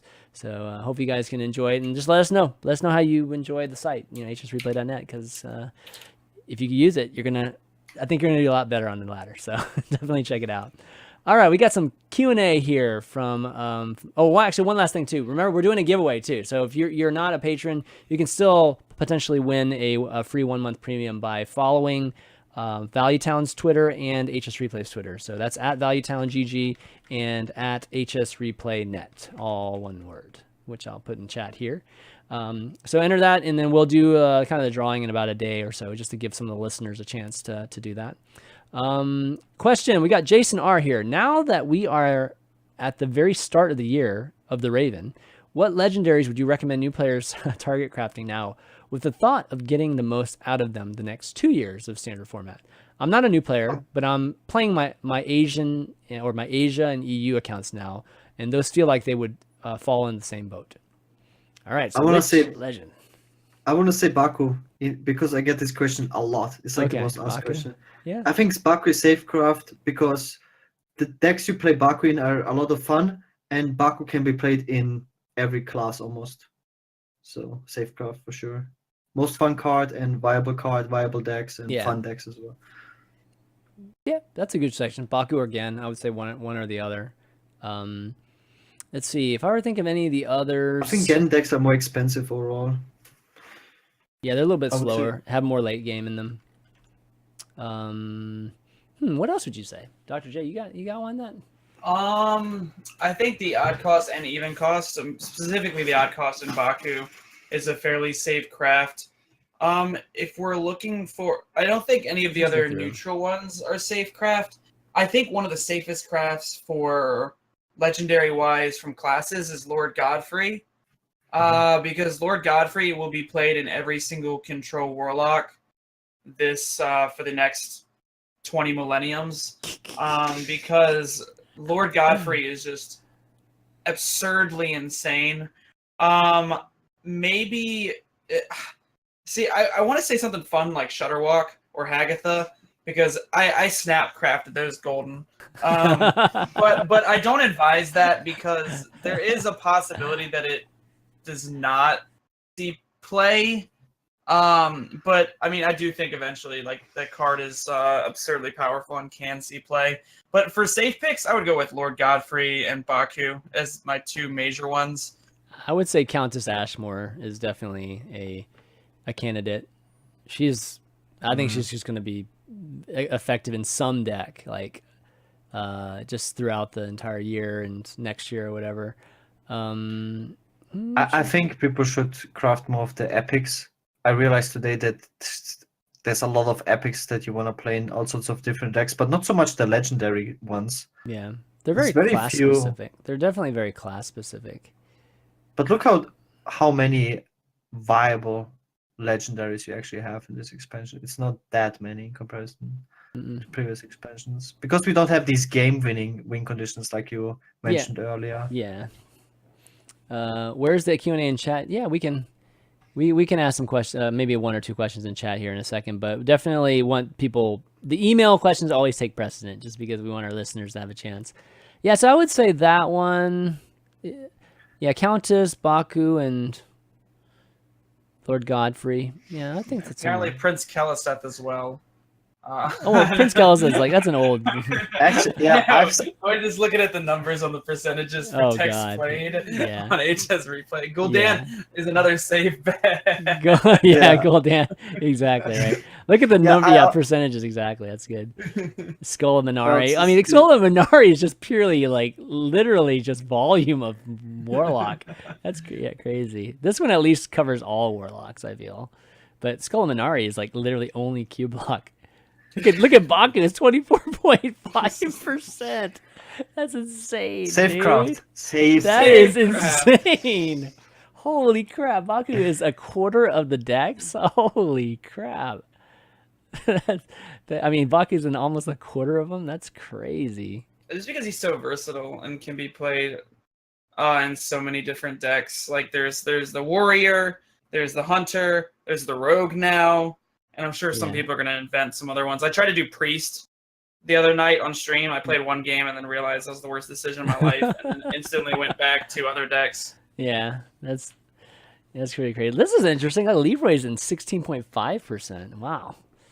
That's because there's a lot of Baku in 24.5. Yeah, that's true. I think all of those decks play Leroy. That's actually a good comment there. Leroy's safe. Good correlation, that's for sure. Okay, next question we got. Ahmed N. Why is Spiteful Druid outperforming Spiteful Priest? Is the Dragon package weak and Priest should move away from it in Spiteful decks? That's a damn good question. That's a really good question. I've never actually looked into it. I think one of the deciding factors is Druid has more... I'm trying to figure out how to say this. Druid has refill to an extent, whereas Priest does not. So, like, if Priest is getting out-tempoed and then eventually gets to a game state where they're running out of cards in their hand, it's unfortunate and it's bad. But for Druid, they can just draw the UI, play it, and then have plays the following turn. They also have access to Malfurion, which is very powerful. Like, Spiteful Priest would not run Anduin, but Spiteful Druid would run Malfurion, and Malfurion is a very powerful card. Other than that, though, I'm not quite sure why the Spiteful Druid list is doing so well, because I never really played it. I have friends that they just preach by it, and they say it's the best deck in the game, and I think one of my friends, who's not really known in the scene too well, just got rank 1 with it, with like a 13-0 win streak, and I thought that was insane. Yeah. But I don't actually know. I guess I'd have to talk to them, but I don't know why at least they feel it's outperforming a lot of things.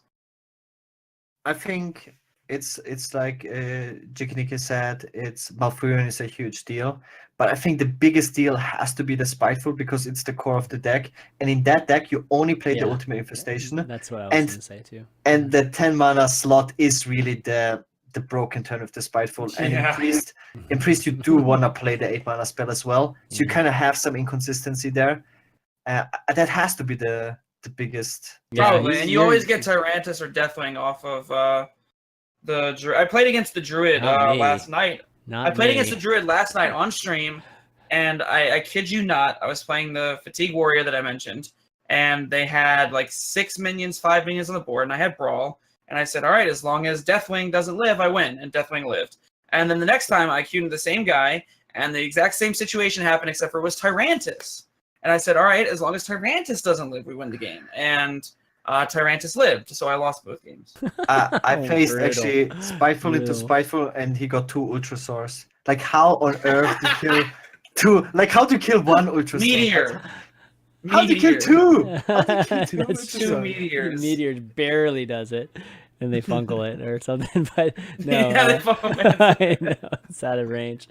Yeah, I agree with. I was gonna say the exact same thing. It's basically the 10 drop guarantee. Like has a big impact on that. Also, I think just the little ramp you get from Greedy Sprite, it just causes the swipe turn to happen a little bit sooner.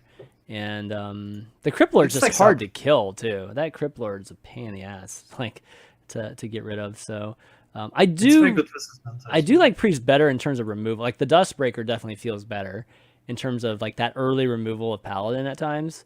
But yeah, my experience, it just seems to have tempo a lot more often than the Priest does going into those power turns. But yeah, so they're pretty. I mean, the Priest surprisingly is a little bit lower than I thought, like the win percentage lately. And I just think that I guess the Archivist, mind control plays just aren't as relevant and good, so good question though, definitely good question. We'll take a couple questions from chat if you guys have any. But while we're waiting, maybe for one or two there, any kind of cool findings, Dr. J? Like since you joined us a little late in the expansion that you discovered in this first week. Besides the Fatigue Warrior, there's really nothing that I feel is there's nothing that I have personally found. Then again, I haven't had as much time to play with the set because I was traveling a lot to cast the Witchwood Invitational, and then I've been getting some stuff done around like just personal stuff. So I've been trying to play as much as I can when I can, but unfortunately, I think the biggest thing that I really I'm going to try and work on a little bit is Fatigue Warrior because I think that has a strong possibility, and I really like the new Druid deck that came out, the Taunt Druid. Yeah. And the Hadronox Druid, and other than that, that's about it for me. So one thing that we talked about at the very beginning of the show is that there's been a little bit of comparison to this expansion to TGT, which I think both of me and Gaara think is not fair. Or we don't quite agree with that. Do you think there's any similarities in the fact that some of these cards or mechanics seem to be whiffs, I guess, for lack of a better word? I think this set is not. I don't think it's like TGT. But I don't think it's one of the more powerful sets we've had so far. I think there's a lot of cards that can set up powerful things. For instance, we can look at cards like Shutterwalk, we can look at cards like Tess Greymane, we can look at cards like Baku and Glenn. All of these cards are potentially extremely powerful with the right circumstances. The issue is we just had 300 some cards rotate, and this set wasn't Kobolds and Catacombs, because I think the trend is the sets become more and more powerful as the rotation comes along. So the reason Kobolds and Catacombs was just so absurdly powerful for certain classes and just had so many impactful cards was because if they didn't make those cards impactful, how are they going to see play over the past 2 years of sets? Whereas this one, they can say, okay, we can calm it down a little bit, maybe set cards up for the future. And with that thought process, we can make the cards weaker, knowing that some of them will see play just off the fact that so many cards are rotating. Or they could create Jade Idol, like they did like the last year, and start off the year that way. But I think this is much better, though. Yeah, I think this trend should continue also in future years. That the first expansion of a new cycle should be a very low power level expansion like this one. I would have liked to. I mean, I totally get the rationale, and I think you're right about that. Just both, Dr. J and Gaara, in terms of what their philosophy is. It's just to create at least a powerful base, and then kind of build slowly upon it. I kind of would like to see what the game would look like just starting at a low tier base again. And like, how would we react? How would the community react if we just didn't have crazy powerful cards in K and C, like just the cube block, just the carnivorous cube and the void lords and things like that. Like, I wish the decays were gone as well. Which one? Like the Death Knights. The hero cards, DKs. They don't fit in these like lower power level meta. They are really like absurdly strong in comparison. They are, but they're strong late. You know what I mean? Like, I'm I'm okay with that. You know, like having the DKs really have an impact. You know, late in games because there have to be control decks, right, to do that. But I don't know. I kind of I wish that we could see more of these like mid range decks. Have some viability. But right now we can't because there's at least an established power level from the control deck, which we're basically basing everything off of, which is the key block.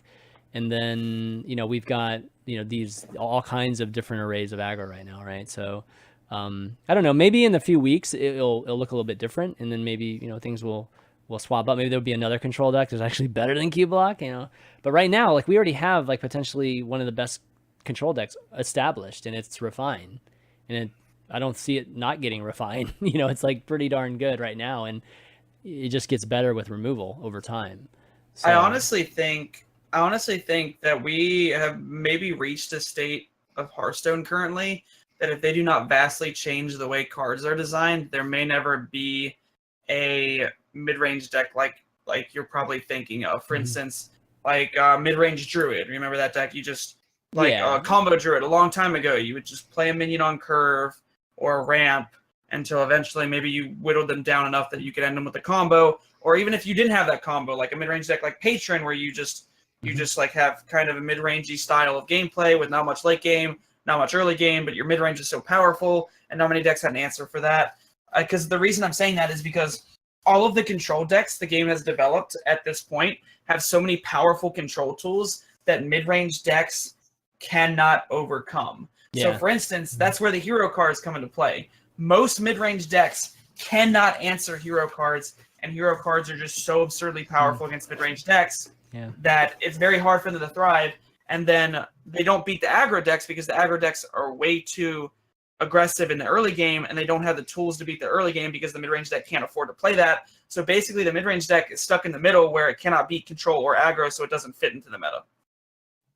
Yeah, that's a good point. That's a great point. Yeah. I mean, it's not to say that the mid-range Druid is exactly what we want either. I mean, of course. I was just using it as a first example. Something close to it, to be honest, is the Spiteful. Like, instead of having a 2-card combo, we just have kind of like this 1-card crazy swing turn on 6, which is, the Spiteful. With I think Spiteful is the closest thing to a mid-range deck. I guess Spiteful is the mid-range deck, and the reason it is because Spiteful Summoner is so absurdly powerful that you can afford to sacrifice some of the turns that you're playing throughout the course of the game for weaker minions. Right. In mid-range, I mean, a lot of times mid-range just turns into Curbstone anyway, so it's not that interesting to watch or play. So I'm not that upset about that, that kind of deck not being there, but it would just be, we would see more cards. Like, it's so cool seeing Raid Leader and Stormwind Champion in the top deck, for a little while, right? The Baku deck. What a time to be alive. I mean, this is like insane, right? Baku deck. But that's cool. Like, I'd be so awesome to see some of these other cards that have been in the base set or classic set that have been sitting there on the verge of being good, if the right type of deck around it is good. So like with Raid Leader and Stormwind, we needed something that go wide consistently, like can refill the board consistently, that we could get this buffing. And now all the cards that buff all minions are crazy powerful right now in Baku decks, and that's really, really cool, So, obviously we can't, but, it'll be interesting to see next year. Maybe they'll start off a little bit weaker, but, it's a sales thing too. You got to sell these expansions. So it can be tough balancing and doing that too. We got a question here from, let's see, it looks like Hercules Gamer. What do you think of Oakheart? I feel like it's got some busts with the new cards. I'm not sure what that buzz. He says it's gotten stronger with the new cards. So we see Oakheart obviously in the Druid, but overall, I mean, do you think it's better because of certain cards, or just certain cards being added? We didn't see it much last expansion. We literally saw like Tice play it at Seat Story, with the Draconite Enchanter, right? Yeah. I mean, Oka could work as a win condition as well. I think all alternative win conditions are better now. just in general, just because we don't have cards like Nuzov anymore or Jades. Then automatically a card like O-Card gets stronger. It's also like one of the strongest late game cards we can play right now if you look at the overall card pool. So definitely, and obviously in Taunt Druid, one of the best cards. Yeah, it pulls out Hydronox, but people don't realize that it's one of the cards that can pull out because it pulls out a 1, 2, and 3 attack minion. So you can kind of figure out the best way to get that. And then the Dragon Hatcher too, right? It can pull out the Dragon Hatcher, which throws down a Primordial Drake. So yeah, any thoughts on O-Cart, Dr. J? I don't think O-Cart's. I think O-Cart's okay. I think it's like fine. I think maybe it's always one of those cards that just just putting that much stats into play is very powerful, especially when you can do things like you get Tar Creeper, Dragon Hatcher, and you get Hadronox, and then Dragon Hatcher pulls Primordial Drake. That is a huge swing, and that is very powerful. But it only really fits in a deck like that. And the only reason that's like so powerful is because it's effectively like having another search card it's like effectively having a second Hadronox. Like you can either naturally draw the Hadronox or you can draw O-Cart. So it basically gives you 2 chances to get the Hadronox from your deck into play, which for that Taunt Druid can mean the difference in dying or living. Yeah. And another thing is that fatigue doesn't matter in a deck like this. Usually you didn't play O-Cart in control lock because fatigue is one of your win conditions, and you don't want to fatigue fast because of the O-Cart. Yeah. So at least in the near future, I think it's going to be around a while. If you don't have it, I don't know if I would craft it or anything like that quite yet. But it's a card they have to be careful with too. You can't make it too, but like you can't. It's a little bit design restrictive because now you can't make anything that's got like a 1, 2, or 3 attack minion be crazy powerful. Like you can't make well, you can make a 3/12 obviously, but you can't make something like a 3/12 that does something crazy too. Like in terms of tech. You can't make another 3/9 that summons 3/1/3s and is a demon. Like there you go. Let's not get Void Lord number 2 into the game. There you go. Okay, last one. ShineX Blazer asks, with playoffs coming up, can you guys forecast what tournament meta is going to look like? Must be pretty cool without Warlocks because of the bans. Gaara was mentioning like the upcoming events are going to be pretty awesome just to see what the events, the decks are going to be. But what do you guys think? You guys are obviously pro players and compete in these tournaments. Well, first off, do you anticipate the bans being Warlock?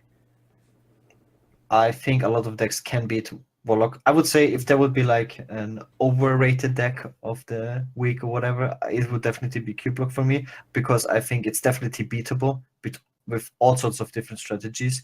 You can go for the Miracle Rogue route, the Quest Rogue route. You can go for super hyper aggressive decks like face decks, or other control decks can beat it. Like even like one of the decks that is doing extremely well against it is Big Spell Mage, and that used to be its worst matchup before the expansion. Right. It was like auto can't heal, man. Auto lose a free win. Yeah, it's harder to heal. It's quite the opposite. Yeah, and so people could be actually targeting Warlock instead of banning it. Definitely not auto ban. I think there will be very different strategies, more different strategies than ever before, at least in the past 2 years, because I can see people definitely ban the most aggressive deck and go for like a control strategy, try maybe like target control decks, but some people might ban Warlock definitely because it's overall potentially one of the strongest classes, and definitely very different strategies in many different classes. Mm-hmm. I can actually see all classes being played in the playoffs. Mm-hmm. Even Shaman. Honestly, what I wanted to mention earlier is Shadowshock Shaman is really good against slow decks. It could actually be that's true. Yeah, the strongest anti-control deck besides Crystal. Yeah, it's kind of like the new Quest Mage. Yes, so a very good tournament deck, not so good on ladder. It does pretty well against Warrior too, right? Like control. Almost every Warrior deck it crushes. Yeah, I mean it's like a crazy high percentage. Without Dirty Rat, there is no way a slow deck it crushes Control Mage, it crushes Control Warrior. It does really well against Control Warlock, but not Cube-Block. Cube-Block it's probably like 50-50 with, or it's probably unfavored. I think it's unfavored. I think it's unfavored as well. Any slow deck, this deck just preys on because it does the exact same thing as Quest Mage. It aims to get to a combo, it gets to the combo, and then you know you're dead, and you cannot interact with it. And that combo for Shudderwock Shaman is not that hard to achieve, plus there is legitimate healing in the deck. So I could see Shudderwock Shaman playing tournament. As for the tournament meta, it's gonna be very rock, paper, scissory, like almost every meta, and it's gonna be really hard to say what's going to happen. Because there's people going to be banning Warlock with the strategy of, you know what, I'm going to bring Odd Paladin, Odd Rogue, and some minion-based decks, and I'm going to try and beat up on the people bringing just random stuff. Maybe I'll just bring good stuff, or maybe they'll bring a Warlock of their own. Right. There's going to be people trying to target Warlock, and then there's going to be people trying to target things like Quest Rogue, because Quest Rogue has seen a lot of success lately, but Quest Rogue is very susceptible to decks like any aggressive Paladin. deck, honestly. Just any I mean, Paladin, yeah. Any Paladin, there's Hunter, I think it's only like Tempo 13% against Baku Hunter, because there's no way Rogue's dealing with the hero power unless they can get the vicious scale high. Right. So it's going to be very interesting to see how the meta develops. EU is going to set the pace, of course, because they are the first one, and everyone's going to have to take the knowledge that they learn. It's going to be really fun from a viewing standpoint, but it's going to be really hard from a player standpoint to see where we go. Because, I mean, this brings me back to, I believe it was summer playoffs last year, where EU went before NA, and in the Americas region, right. I was like, okay, I'll bring this because this is what EU did.